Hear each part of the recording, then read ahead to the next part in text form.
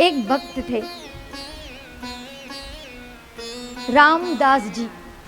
वो जूतों का काम करते थे, ज्यादा बुद्धि थी नहीं, क्योंकि कभी किसी सत्संग में गए नहीं।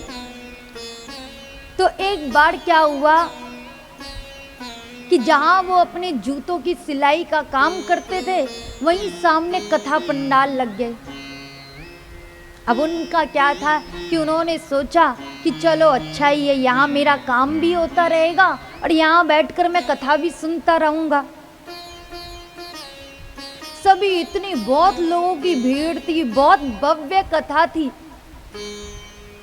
रामदास जी को कुछ समझ नहीं आया।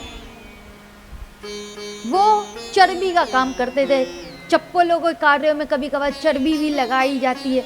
वहां बैठकर वो काम भी कर रहे हैं, कथा भी कानों में पड़ रही है। कथा में कुछ समझ नहीं आ रहा, केवल एक शब्द उन्होंने कथा का पकड़ लिया, हे नाथ,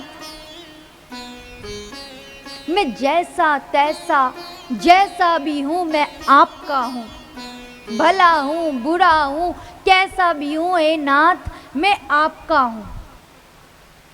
और अब देखिए, हम कोई चीज सुनते हैं तो वो हमारे मन में गुनगुनाने लगती है। तो कथा विराम होने के बाद भी वे भक्त ऐसे ही बैठकर जूतों का काम कर रहे हैं। काम करते हुए यही बोल रहे हैं, हे नाथ मैं जैसा तैसा आपका हूं। कोई पूजा की विधि नहीं आ रही, कोई समय नहीं निकाला उन्होंने, केवल एक बात पकड़ ली कथा की कि हे नाथ मैं जैसा तैसा आपका हूं, हे नाथ मैं जैसा तैसा आपका हूं। अब एक बार उन्हीं के इलाके में किसी अमीर व्यक्ति के घर में किसी चोर ने चोरी कर ली, और उसके घर में बहुत ही भव्य मंदिर था भगवान शालिक राम जी का। सोना चांदी तो चोर ने रख लिया, लेकिन सोचा ये पत्थर मेरे क्या काम आएगा। तो वो पत्थर दे दिया उस जूते वाले को कि ले भैया तेरे काम आएगा, तू इससे अपनी काम कर सकता है, इसके ऊपर रखकर जूते रखकर तू जूतों को सिल सकता है, जूतों की कटाई कर सकता है। ऐसा ही किया। उसको भी नहीं पता था, उन भक्त को भी नहीं पता था कि ये शालिक राम भगवान है, कभी पूजन किया नहीं। अब वो क्या करते कि शालिक राम भगवान जी को इस तरह अपने पैरों के बीच में रखते और चाकू से कटाई करते, कभी इधर से पकड़ते, दोनों हाथों से पकड़ते, किसी भी अवस्था में पकड़ रहे। एक बार एक पंडित जी आए उनके वहां। अब पंडित जी देखते ही समझ गए, अरे ये हमारे शालिक राम भगवान के साथ ऐसे कैसे कर रहे हैं, इस अवस्था में उन्हें रख रखा है।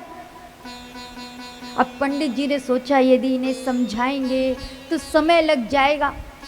तो बोला भैया एक काम करो, तुम हमसे कितना भी पैसा ले लो, लेकिन तुम्हारा ये जो पत्थर है ना हमें दे दो।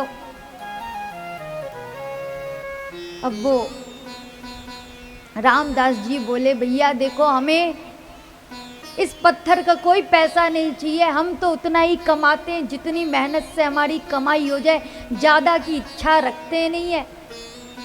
कथा में हमने इतना ही सुना है, प्रभु से यही बोलते हैं, नाथ हमें कुछ नहीं चाहिए, बस आप अपना लो हमें, हे नाथ मैं जैसा तैसा हूँ मैं आपका हूँ। और ये कहते कहते उस जूते बनाने वाले भक्त के आंखों में अश्रु आने लगते हैं। पंडित जी उस स्थिति को समझ नहीं पाए, पंडित जी ज्ञानी थे। शालिक राम भगवान जी को ले गए, अपने मंदिर में बैठाया, खूब स्नान किया, 8 याम का सेवा तक की, भगवान की मंत्रों का उच्चारण भी किया। लेकिन क्या देखते कि रात्रि में भगवान शालिक राम उनके स्वप्न में आते हैं और उनके स्वप्न में आकर कहते हैं, पंडित जी मुझे उसी जूते बनाने वाले के पास छोड़ दो।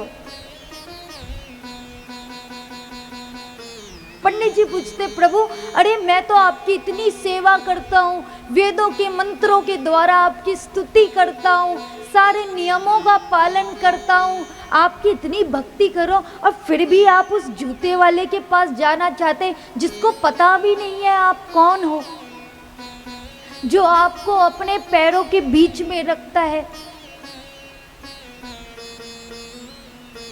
तो भगवान क्या कहते हैं, अरे तुम्हें पता नहीं है, जब वो मुझे अपने दोनों हाथ से ऐसे पकड़ लेता है, अपने पैरों के बीच रखता है, तो मुझे ऐसा लगता है कि मानो उसने अपने आप को ही मुझे समर्पित कर दिया हो। जब वो ऐसे बोलता है ना, हे नाथ मैं जैसा तैसा आपका हूँ, मुझे अपना लो, और जब उसके नेत्रों से अश्रु बहते हैं ना, तो मुझे ऐसा लगता है कि मेरा अभिषेक हो गया। पंडित जी आप बुरा मत मानिए, लेकिन उसकी भक्ति में जो प्रेम है ना, वो आपके नियमों से बंधी पूजा में नहीं है। आप मुझे उन्हीं के पास छोड़कर आ जाइए। पंडित जी वापस उस जूते वाले के पास जाते हैं और कहते हैं, भैया मान गए तुम्हारी भक्ति को, हमने इनकी इतनी सेवा करी, इतने अच्छे से इनको रखा, इतना इनका लालन पालन किया, लेकिन ये फिर भी हमारे पास नहीं रुके। हम अब तक खुद को ज्ञानी समझते थे, और तुम्हारी भक्ति, तुम्हारी स्थिति ऐसी कि भगवान स्वयं ये कह रहे कि मुझे तुम्हारे पास जाना है। भैया अब तुम इनको कोई मामूली पत्थर मत समझना, ये शालिक राम भगवान है जो हर समय तुम्हारे साथ रहना चाहते हैं। अब जब ये बात उस जूते वाले उन रामदास जी भक्त को पता चली, तो स्थिति ऐसी आ गई, प्रभु की करुणा को सुनकर नेत्रों से अश्रु आ गए। कह रहे भैया इसमें हमारा कोई गुण नहीं है, ये तो मेरे प्रभु की कृपा है, करुणा है। मुझे तो पता भी नहीं था इस बात का मतलब कि ये जो शब्द मैं बोल रहा हूँ, हे नाथ जैसा तैसा मैं आपका हूँ, मुझे अपना लीजिए, मुझे तो इस शब्द का मतलब भी नहीं पता। मुझे तो ये भी नहीं पता क्या मेरे ये शब्द वो सुन भी रहे हैं, लेकिन ये तो मेरे प्रभु की कृपा है कि मेरे शब्दों को उन्होंने अपना लिया। ये तो उस कथा की महिमा है कि जिसके सुनने मात्र से मेरा भला हो गया, जाने अनजाने मैं भक्त बन गया।